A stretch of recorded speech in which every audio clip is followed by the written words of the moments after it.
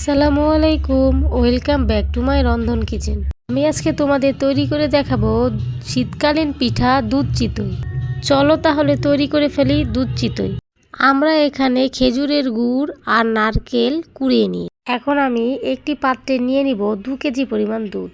দুধগুলো আমি একটু হালকা গরম করে নিয়েছি। এখন আমি দিয়ে দিব দুধের ভিতরে দারচিনি, এলাচ দিয়ে দুধগুলো একবার আমি নেড়ে নেব।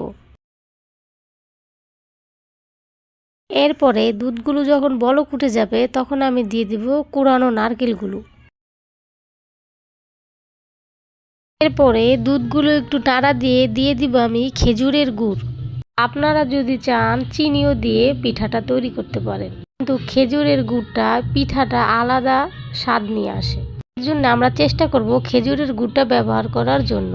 আমি সামান্য নেড়ে নেব। এখন আমি 5 মিনিটের জন্য ঢেকে দেব। ফিরে এলাম 5 মিনিট পর।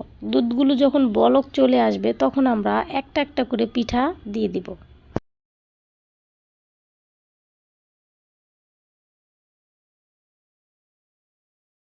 চুলার জালটা মিডিয়ামে রেখে দুধগুলো যখন ঘন হয়ে আসবে তখন আমরা কিশমিশ দিয়ে দিব। দিয়ে কিছুক্ষণের জন্য আমরা আবারও ঢেকে দেব।